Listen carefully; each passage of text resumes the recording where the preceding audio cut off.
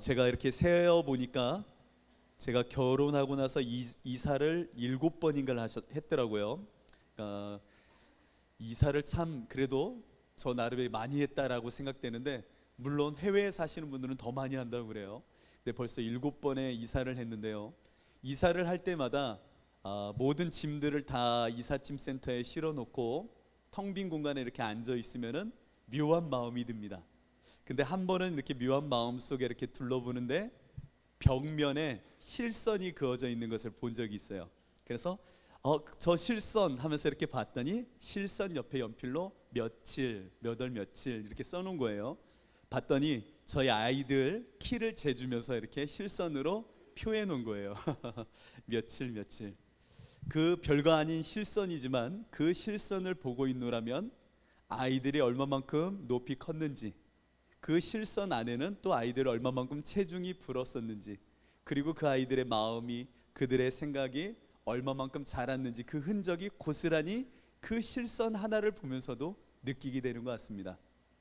하나님의 사랑도요, 여러분들 가운데 침노하듯 임하면 계시인 하나님의 사랑이, 묵시인 하나님의 그 사랑이 말씀으로 우리 가운데 확 밀고 들어오면요, 작은 실선 하나에도 추억이 담겨 있듯 그 하나님의 사랑이 우리 가운데 임하면 놀랍도록 세밀하게 다양한 모습으로 우리를 만들어내시고 그 안에 깊이와 높이와 또한 넓이와 길이를 이루어 내십니다.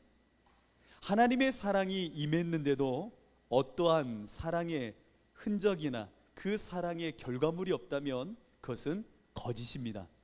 여러분들은 예수님을 사랑하시죠? 그 하나님의 사랑의 이끌림을 받고 계시죠? 그런데 그 놀라운 사랑이 내 안에 임했는데도 어떠한 흔적이나 어떠한 모습 하나 만들어내지 못하고 있다면 그것은 거짓일 것입니다. 누구는 그래요. 하나님의 사랑, 그 사랑이 무엇이죠? 라고 말하면은 그냥 막연하게 이야기합니다. 그냥 뭐 이렇게 사랑하는 거 아닌가요? 그런데요, 사랑으로 임하신 그 하나님의 사랑에 대하여 막연함으로 그냥 두면요, 모호해지기 시작합니다. 그 사랑이 뭔지 잘 모호함으로 구별도 못하고 그 사랑의 느낌을 감지하지도 못하는 겁니다. 그러다 보면은 하나님의 사랑이 막연함 속에 모호함이 되고 모호함이 공허함이 됩니다. 그래서 형식적인 이야기, 하나님은 나를 사랑하셔, 이것이 진짜인데도 모호하게 놔두면은 공허함이 되는 겁니다. 그래서 오늘 바울을 통해서 우리는 은유적인 표현을 함께 나누려고 하는 겁니다. 하나님의 사랑이 나에게 임하면, 이 은유적인 표현이지만 이 표현 속에 담겨져 있는 하나님의 구체성이 어떻게 우리 가운데 형성되어지고 일하며 역사하는지를 함께 나누려고 하는 겁니다. 여러분, 자전거 좋아하십니까? 자전거 타는 거 좋아하세요? 네, 자전거를 많이 탄 사람들에게 높이라고 하는 단어를 던져 놓으면요, 정말로 놀라운 언어 간의 조정을 하게 됩니다. 여러분, 자전거를 좋아하는 사람에게 높이가 있어 라고 말하면요, 그들의 사유 속에는 은유적인 이 언어 간의 조정을 통하여 이런 생각을 합니다.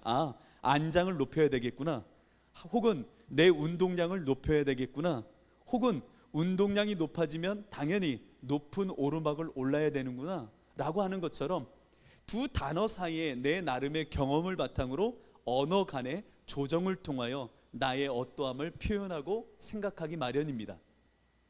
여러분들은 빨간색과 파란색이라고 하는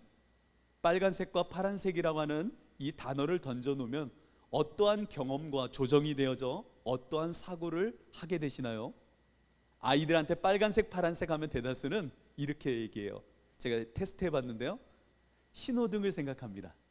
신호등, 빨간색, 파란색, 신호등이요. 그렇죠. 자신들이 늘 학교를 오고 가면서 신호등을 경험하고 있으니까 빨간색과 파란색이라는 그 언어를 던져 놓으면 자기의 경험과 조정이라는 과정을 통하여 신호등 이렇게 생각해요. 여러분들은요, 주식? 빨간색, 파란색 주식?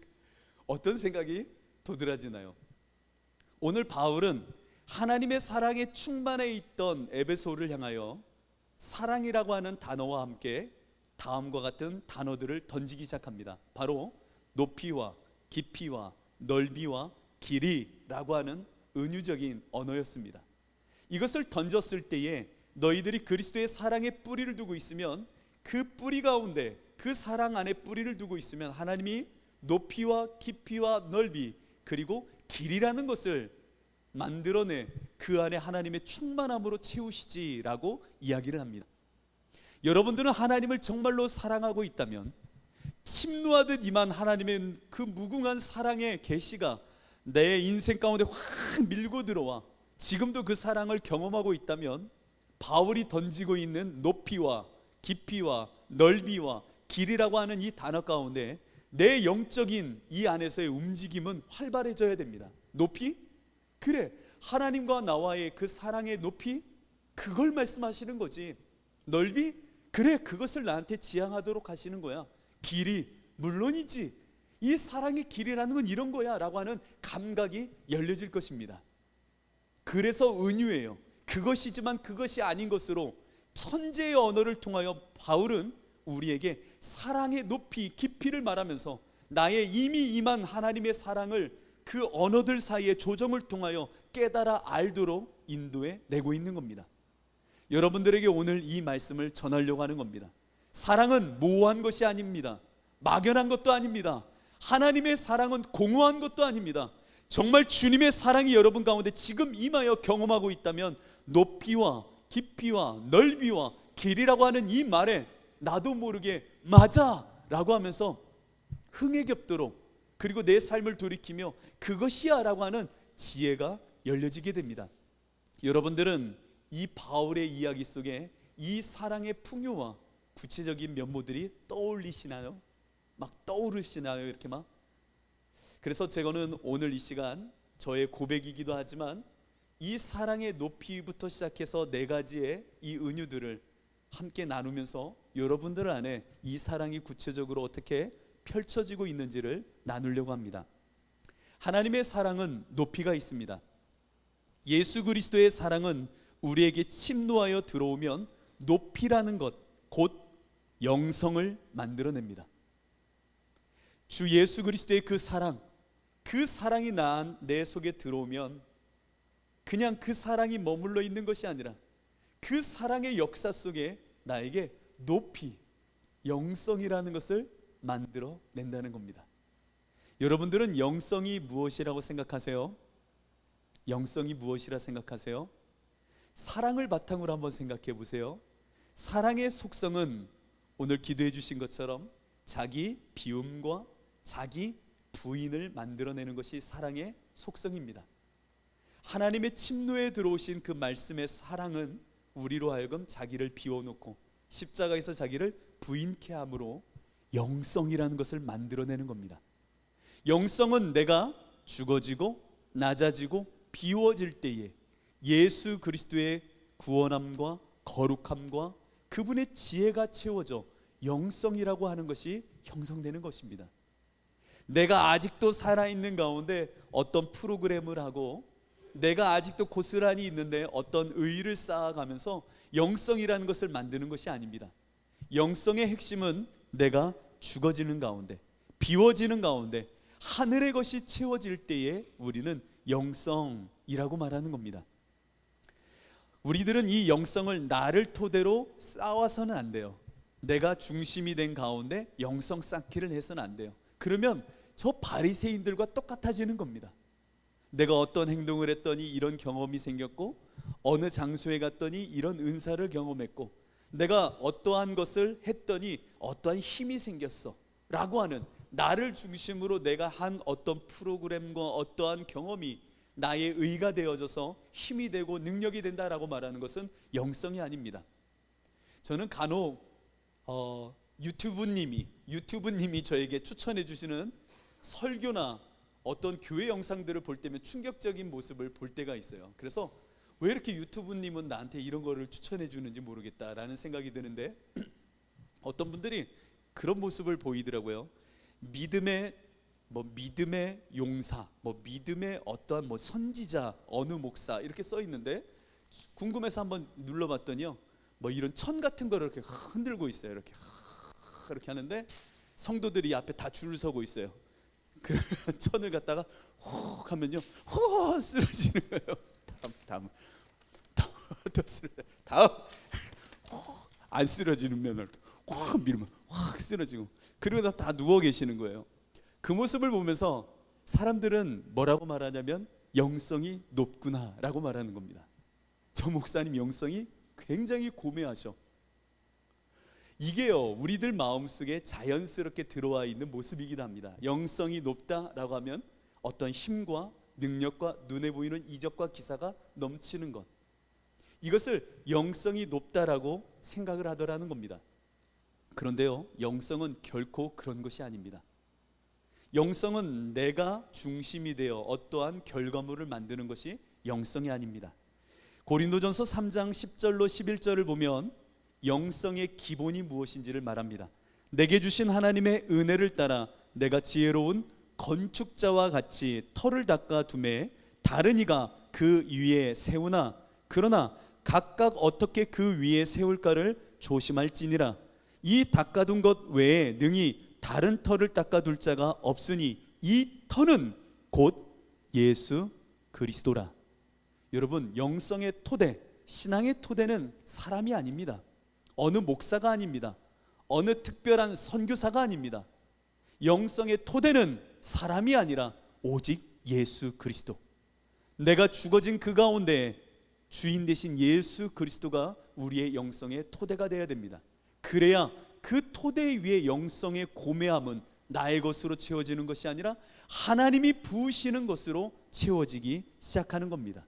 그래서 자기 비움의 영성을 갖고 있는, 곧 하나님의 사랑을 통하여 자기 비움이 내 안에, 자기 부인이 내 안에 실제가 되기 시작하면 우리의 삶은 높아지기 시작합니다. 예수 그리스도로 충만해지기 시작한다는 것입니다. 그러면 그들의 삶의 영성의 모습은 어떻게 구체적으로 드러나느냐? 저는 이렇게 말합니다. 버리고 떠나는 삶을 자연스럽게 살게 된다라고 말입니다. 영성이 깊다라는 것은 이전의 삶을 버리고 하나님을 향하여 가는 힘이 있는 사람들입니다. 회개라고 말할 수 있는 것이죠. 회개의 힘이 있는 사람입니다. 세상을 등지고 세상을 버리고 이제는 하나님을 향하여 그 사랑에 이끌려 갈 수 있는 사람, 이것이 영성 있는 사람입니다. 예수로 살 수 있는 사람, 이것이 진짜 이 시대에 필요한 영성의 사람입니다. 성경을 보면 아브라함이 등장합니다. 아브라함을 성경은 믿음의 조상이라고 표현하고 있죠. 여러분, 아브라함은요, 본토 친척 아버지 집을 떠나 하나님께서 명하실, 말씀하실 그 땅을 향하여 나아갔던 사람입니다. 이것이 영성이 있는 사람의 모습입니다. 이전의 나의 경험과 이전의 나의 실력과 이전의 나의 내용과 이전에 내가 생각했던 모든 것들을 하나님이 원하시는 바 그 땅을 향하여 버리고 나는 나아갈 수 있는 것, 이것이 영성 있는 사람이에요. 매 순간 그 영성을 갖고 살 때에 하나님이 인도하시는 그 자리에서 하나님의 충만하심과 일하심을 누리게 되는 겁니다. 여러분, 모세를 보십시오. 모세의 영성은 하나님을 처음 만났던 그 거룩한 산에서 자신의 신발을 버리고 주님 하나님께서 명하신 애굽으로 향하여 걸음을 옮겼을 때에 그의 영성은 시작되어졌던 것입니다. 신발을 벗었다는 것이 무엇입니까? 지난 나의 삶의 이력을 찢어버렸다라는 겁니다. 거룩이라는 자리에서 하나님을 만날 때에 나를 비웠다는 얘기입니다. 나는 죽었소 라고 말하면서 신발을 찢어버린 겁니다. 왜 신발을 찢었다라고 말하는지 아시겠죠? 이력서를 찢은 겁니다. 신발은 우리 자신이 누구인지를 상징하는 매개물입니다. 어떠한 신발을 지금까지 신고 살아왔는지를 기록하면 이력서가 되는 겁니다. 이력서는 한자어를 풀면 신발을 끌고 살아온 시간이라는 뜻입니다. 그래서 이력서를 찢은 자, 그가 바로 모세였습니다. 자신의 이전의 신발, 이전의 나의 삶, 나의 이력, 나의 어떠함의 정체성이라 말할 수 있었던 세상의 모든 것들을 다 버리고 하나님이 말씀하시는 애굽을 향하여 나아갔던 이 인생, 그가 바로 모세였고, 모세는 이 시간을 통해 영성의 삶을 시작했던 것입니다. 베드로요. 베드로도 마찬가지입니다. 모두가 비슷한 이 프레임을 갖고 있는 거예요. 이전에 나의 어부의 천직의 삶을 살던 이 베드로가 예수님을 만나자 자신의 모든 배와 그물을 집어던져 버립니다. 나의 모든 것이라 할 수 있던 것을 다 던져버립니다. 그리고는 예수님을 뒤쫓기 시작하죠. 이것이 영성입니다. 여러분들에게 하나님의 그 사랑이 물밀듯 들어오면 이 높은 영성으로 인도해 내시되 이전의 것을 버리게 하시고 하나님을 향하여 나아가게 합니다. 한 번으로요? 아니요. 매일 더 하나님을 향하여 사랑하도록 이끄시고 또 이끄시는 겁니다. 여러분, 하나님의 임재 연습이라고 하는 책을 아시나요? 로렌스 형제의 이야기이죠. 이 사람은 전쟁통에 나름 불구가 됩니다. 그리고 나서는 50이 됐을 때에 수도원으로 들어가게 되죠. 수도원에 들어갔더니 늦은 나이에 들어와서 그런지 모르겠지만 잡일을 시키는 겁니다. 불 뜯고 나무 패고 아궁이에 불 집어넣고 주방에서 음식을 만드는 일. 아니, 수도사로 들어갔더니 겨우 하는 일이 잡일밖에 없는 겁니다. 매일 그걸 하는 거예요. 그러던 어느 날 그 마음속에 하나님을 깊이 경험하기 시작합니다. 그 경험은 어떤 프로그램에 들어가서 경험한 것이 아니라 내 마음을 바꾸기 시작한 겁니다. 어떠한 일을 해도 나를 내려놓고 하나님을 위하여 행하는 일이다라고 마음을 먹기 시작한 겁니다. 풀을 뽑아도 하나님을 위해서, 음식을 해도 하나님을 위해서, 나를 비워놓고 내 안에 하나님으로 채우려고 하니 모든 일 속에서, 모든 일상 속에서 영성이라고 할 수 있는 높음을 경험하기 시작하는 겁니다. 하나님을 사랑하니 모든 매 순간마다 그 하나님을 경험하며 그 영성의 높음으로 나아갈 수 있게 되는 것입니다. 제가요, 시편 기자의 한 고백을 어느 날은 원망스럽게 고백한 적이 있었습니다. 주님, 주의 성전 문지기로 살아가는 것이 좋다라고 시편 기자는 말했는데 저는 싫어요 라고 말했던 적이 있어요. 언제였냐면 겨울이 다가올 때면 저는 정읍에 있을 때 너무 싫었어요. 눈이 너무 많이 오는 거예요. 눈이 보통 많이 오는 게 아니라 진짜 많이 오는 거예요. 뭐 무릎 위까지 올 때도 많고요. 그러면요, 그 넓은 마당과 이 저희 전에 있었던 사역지가 이 산 중턱 가운데 있었거든요. 와, 그 눈을 다 치워야 돼요. 혼자서. 와, 계속 치우는 거예요. 계속 치우는. 은율이, 준석이는 옆에서 눈썰매 타고 놀지만 저는 이걸 다 치워야 되는 거예요. 그러면서 원망이 나오는 거예요. 저 하나님 문지기 싫어요. 너무 힘들어요. 너무 힘들어요. 여러분, 이 눈이요, 쓸어도 계속 내리면요, 안 쓸고 싶은 마음이 크지만 안 쓸게 되면 얼어버려요. 그러면 몇 주 동안 차가 올라올 수도 없고 예배를 못 드리니까 다 치워야 돼요. 그런데 어느 날 눈을 치우면서 이런 마음을 가졌어요. 별거 아닌 마음이에요. 하나님, 나의 이 미워하는 마음, 힘들어하는 마음 내려놓고 하나님 위해서 한다라고 생각하겠습니다. 무얼 해도 하나님 위해서 한다 생각하겠습니다 라고 하면서 눈을 치우기 시작하는데요, 저도 모르게 콧노래가 나오는 거예요.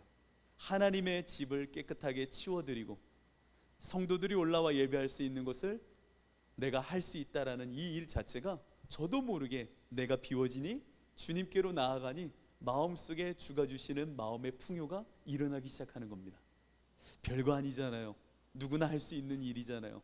그러나 영성이라는 것은 바로 내가 없어진 그 자리에 예수 그리스도가 들어오시고 그분으로 인하여 내 모든 마음이 주님의 것으로 채워지기 시작하는 것이 영성입니다. 그래서 주님의 사랑이 내 안에 들어오면 자기 비움과 자기 부인 가운데 예수 그리스도의 그 주인 되심이 채워져 영성이라는 것이 높아지는 겁니다. 여러분들은 그 예수의 높음을 갖고 계시나요? 영성의 높음이 많이 높아지셨나요? 바울은 이 말씀을 전하고 있는 겁니다. 또한 사랑은 우리 가운데 물밀듯 들어오면 기품을 만들어낸다라고 말합니다. 사랑의 깊이는 무엇일까요? 지성입니다.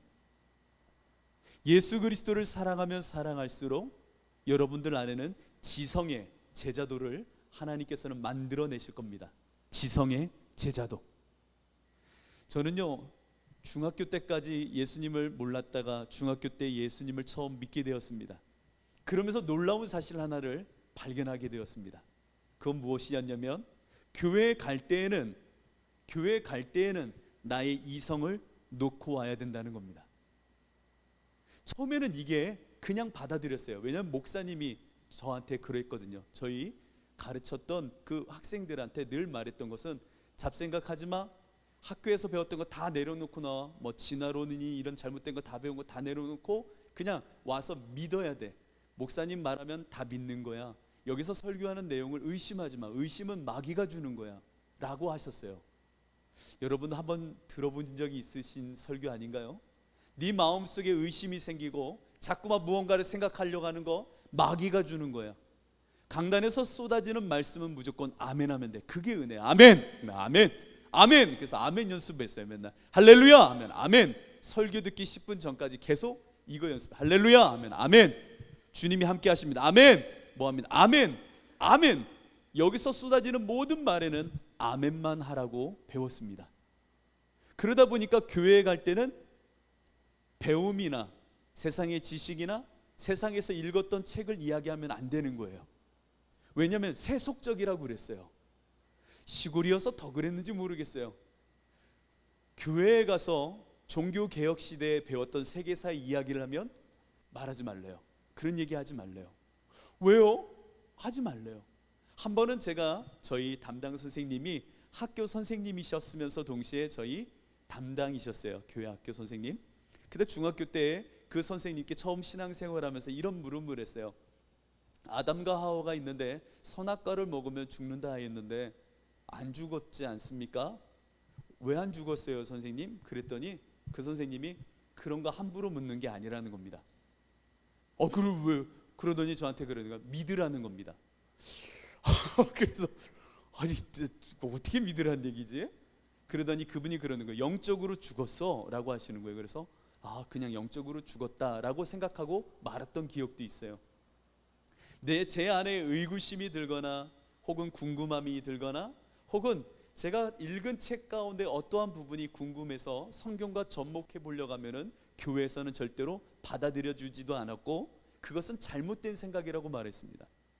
예수님을 사랑하면 사랑할수록 제 안에는 어떤 말씀에 대한 호기심도 그리고 세상에서 제가 읽었던 책들과 또한 인문학적인 책들을 읽으면서 들었던 어떠한 마음들도 한 번도 꺼내놓지 못하고 숨겨야 했습니다. 그리고 교회에서 공부와 관련되어져 설교라고 하면 단 하나, 예수 잘 믿으면 좋은 대학 간다, 예수 잘 믿으면 전교에서 1, 2등 할 수 있다라는 설교가 대다수였습니다. 목사님이 설교하는 학업과 지성과 관련되어 있는 믿음의 대다수는 내용과 연결된 것이 아니라 다 공부 잘하게 된다, 결과의 어떠함일 뿐이지 내용과 실제적인 지성의 어떠함은 한 번도 다루어진 적이 없었던 걸로 기억합니다. 왜? 교회는 무조건 믿어야 된다는 겁니다. 그러나 저는 오늘 이 시간 여러분들에게 분명히 말합니다. 예수님을 사랑하면요, 하나님의 그 사랑이 우리 가운데 물밀듯 들어오면요, 지성의 기품을 만들어냅니다. 지성의 기품을 만들어냅니다. 지성의 제자도로 여러분들을 인도해 내십니다. 이것은 진리요 하나님이 우리에게 명령하신 내용이기도 합니다. 내가 너에게 분부한 모든 것을 가르쳐 지키게 하라. 볼지어다 내가 세상 끝날까지 너희와 항상 함께 있으리라 하시니라. 여러분, 예수를 믿으면요 지성이 깊어져야 됩니다. 왜냐? 세상 끝날까지 예수 죽인 이 땅에서 하나님의 말씀에 복음을 변증하고 설득하며 가르쳐야 하기 때문입니다. 예수를 믿으면 미련해지고 단순해지는 것이 아니라 예수를 믿으면 내 안에 하나님이 주시는 지성의 기품이 더 세상 사람보다 깊어질 수밖에 없습니다. 베드로를 보십시오. 정말 범인이라 말하였고 무식한 자라 말하였지만 그는요 예루살렘에서 지혜자라 말하는 그들 앞에서 주님의 복음을 변증하고 그 복음의 영광을 드러냈던 인물이 됩니다. 그 무식했던 인물이 어찌 이런 사람이 될 수 있습니까?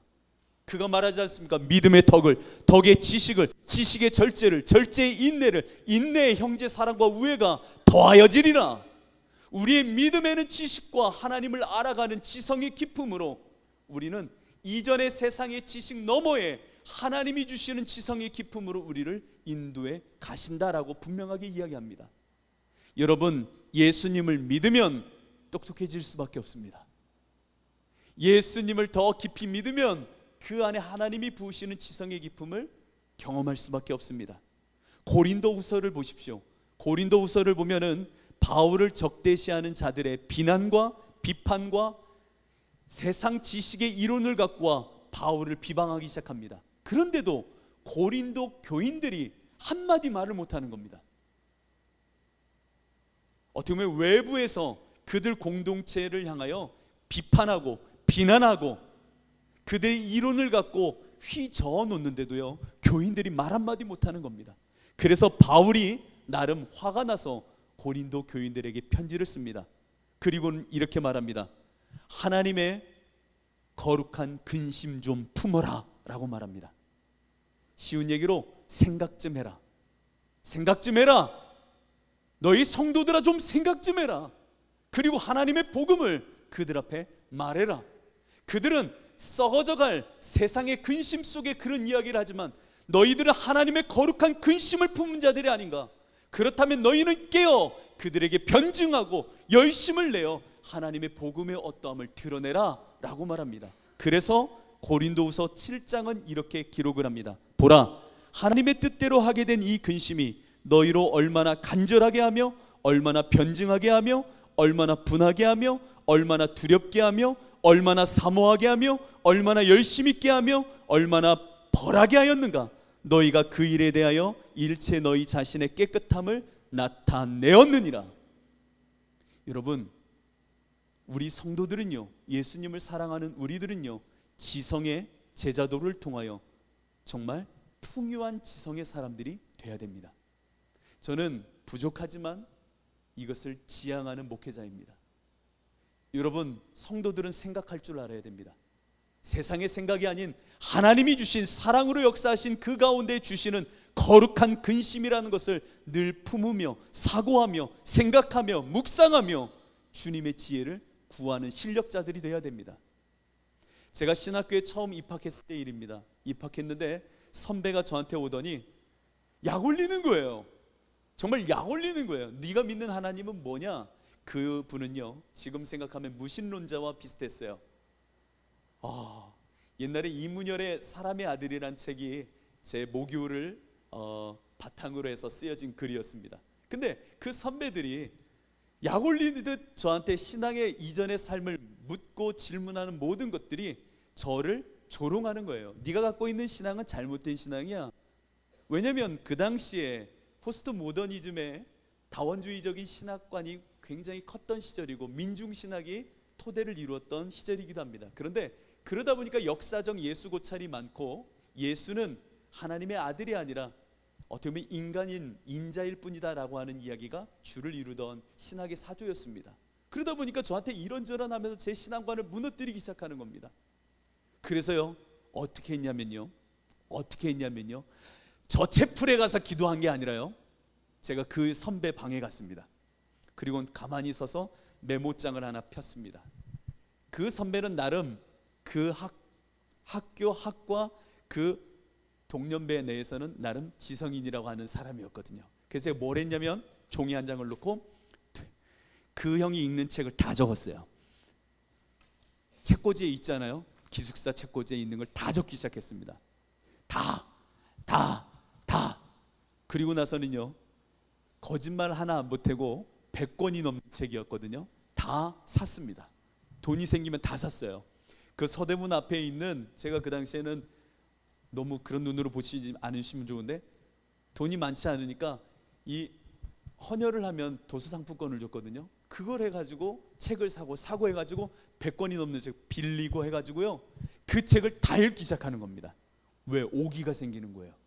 저 사람은 과연 무엇을 읽었길래, 무엇을 배웠다라고 말하길래 나한테 이렇게 말하는가. 그냥 감정적으로 대응하는 것이 아니라 알고 싶었고 나도 한번 읽어보고 이야기하자라고 하는 생각이 들었습니다. 그래서요, 독하게 그 책을 100권을 한 학기 동안 다 읽는 거예요. 밤마다. 밤마다. 그리고는 속으로 생각, 내가 어느 시점이 되면 내가 너를 만나서 변증하며 이야기하리라. 와. 도서관에서 매일 읽는 거예요.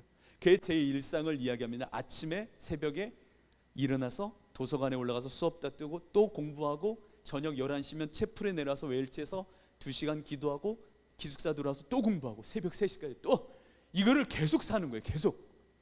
독하지 않습니까? 별로신가 보네요. 제 안에 오기가 생기는 거예요. 왜 우리 하나님을 향하여, 내가 믿는 복음을 향하여 저런 이야기를 할까? 감정적으로 대응하기보다는 나에게 허락하시는 그 사랑의 열심 속에 변증하고 싶고, 오늘 말씀처럼 열심을 내고 싶고, 내 사랑하는 주님에 대하여 그에게 말하고 싶은 겁니다. 와, 이게 불일 듯 일어나는데 참을 수가 없더라고요. 제가 대학원에 이제 들어갔는데 그 당시에는 종합대학이기 때문에 이제 그 학생들이 기독교 입문 시간으로 들어와 있더라고요. 입문 시간에 들어와 있는데 학생들이 앞에 나와서 기독교에 대하여 생각하는 바에 대해서 발제를 하고 논찬을 서로 하는 거예요.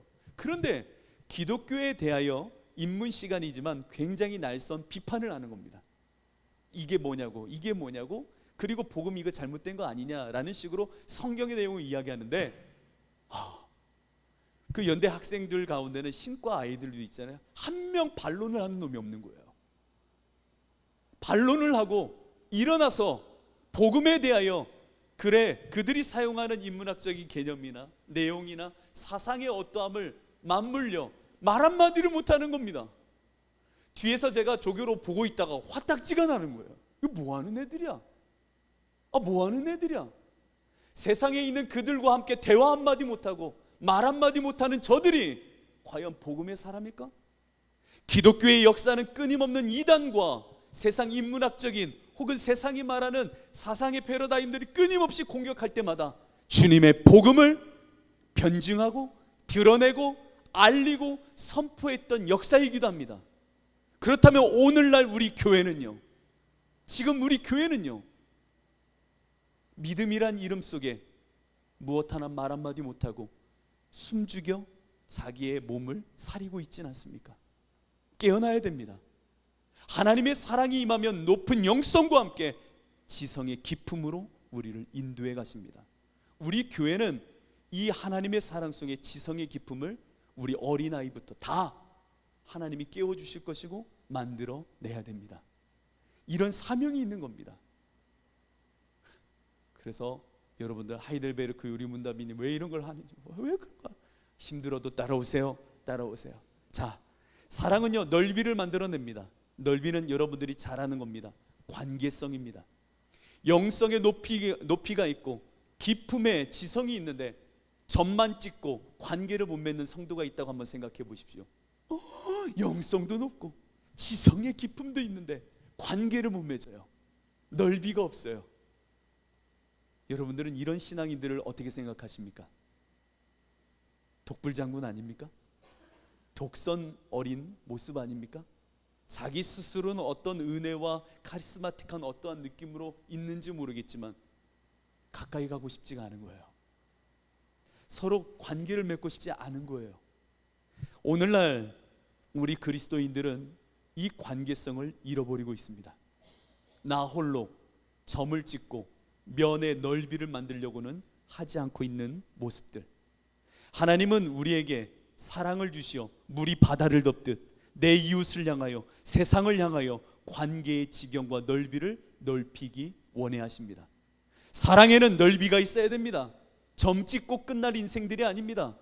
여러분들 세상, 아니 교회 안에서 먼저 사랑의 넓이가 있어야 됩니다. 관계를 맺으며 나와 너 사이에 십자가를 세워 주님의 복음의 사랑의 연합을 이룰 줄 알아야 됩니다. 마틴 부부가 말했나요? 나와 너라고? 나와 그것이 아니라고.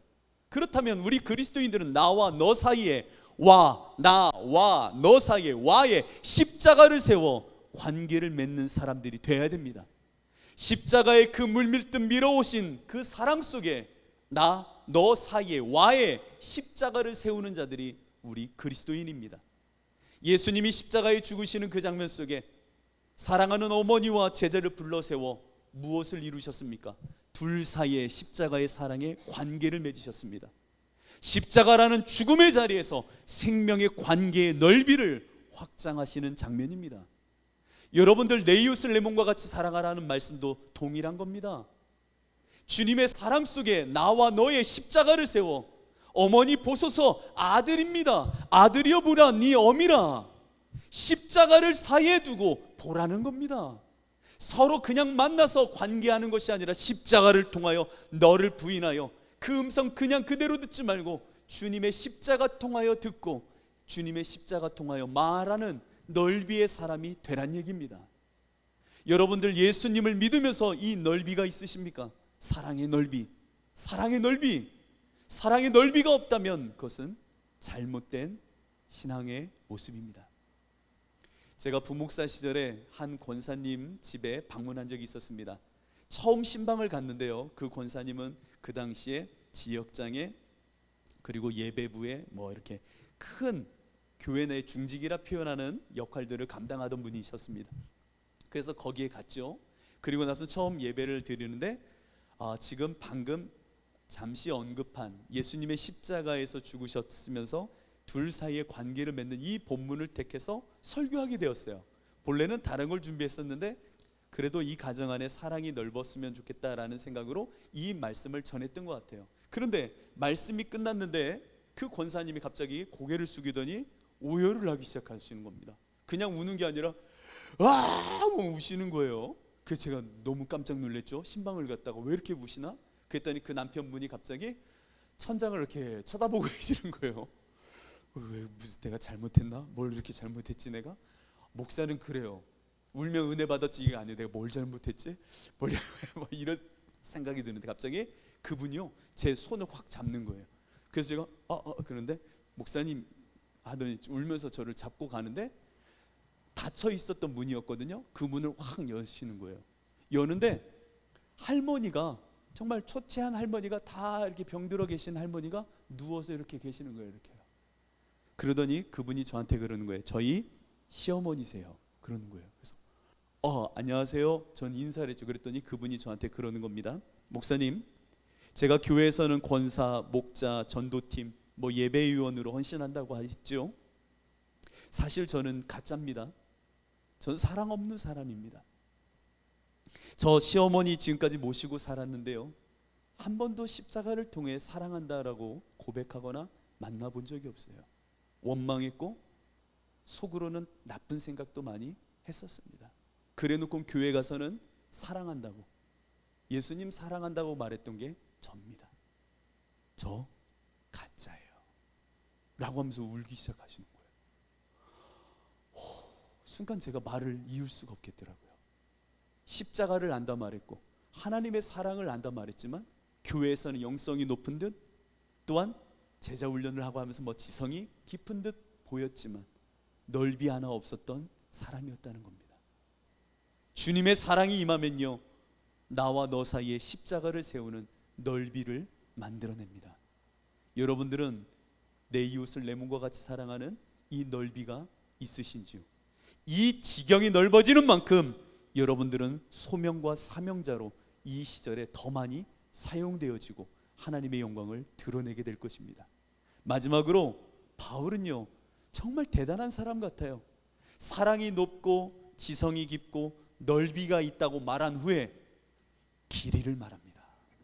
길이란 선과 선을 연장할 때의 길이라는 개념이 생기는 겁니다. 선과 선, 이 점과 점을 잇는 이 선은요 시간이라는 게 숨겨져 있습니다.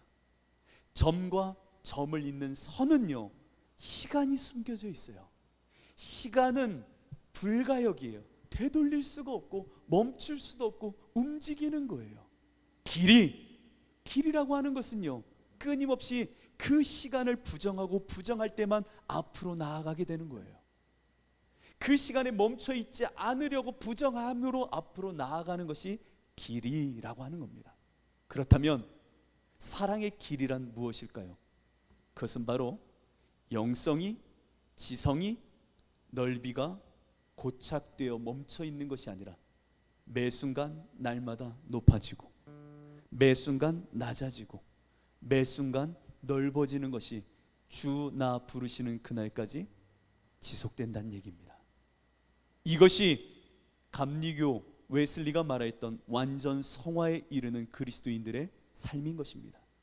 여러분들은 길이가 있습니까? 주님의 사랑을 날마다 누리며 그 사랑 가운데 이 길이에 시간을 살고 계십니까? 더 높아지고 더 깊어지고 더 넓어지는 삶을 살고 계십니까? 매 순간 나 예수로 산다, 나는 죽고 예수로 산다, 나 죽고 예수로 살아, 예수로 살아, 절뚝이며 살아 라고 말하는 것은 더 높아지고 더 깊어지고 더 넓어지는 삶을 멈춤 없이 살아내겠다라고 하는 것입니다. 그래서요, 에베소서 4장 13절 오늘 본문 앞장에는 이런 말씀이 있습니다. 우리가 다 하나님의 아들을 믿는 것과 아는 일에 하나가 되어 온전한 사람을 이루어 그리스도의 장성한 분량이 충만한 데까지 이르리니, 또한 오직 사랑 안에서 참된 것을 향하여 범사에 그에게까지 자랄지라. 그는 머리니 곧 그리스도라. 여러분들, 길이가 있어야 됩니다. 이 길이를 통하여 주님 부르시는 그날까지 더 높아지고 더 깊어지고 더 넓어지셔야 됩니다. 이것이 하나님을 완전히 사랑하는 자들의 거룩한 성화의 모습입니다. 우리 이 정도면 됐잖아. 나의 신앙 이 정도면 됐어. 이제 더 뭐 필요하겠어. 아니에요. 아니에요. 그리스도의 장성한 분량에 이르도록 우리는 더 이 시간을 살아내야 됩니다. 나를 부인하고 나를 부인함으로. 마지막으로 바울은 이런 고백을 합니다. 형제들아, 내가 그리스도 예수 우리 주 안에서 가진 바 너희에 대한 나의 자랑을 두고 단언하노니 나는 날마다 죽노라. 날마다 나를 부인한다는 얘기겠죠. 왜요? 길이의 성장을 위해서, 더 예수님을 사랑하기 위해서 나는 날마다 죽어간다라는 겁니다. 여러분들, 이 길이의 성장이 있어 주님이 원하시는 거룩한 성화에 이르는 삶이 되시기를 축복합니다. 이 시간 우리 함께 기도했습니다.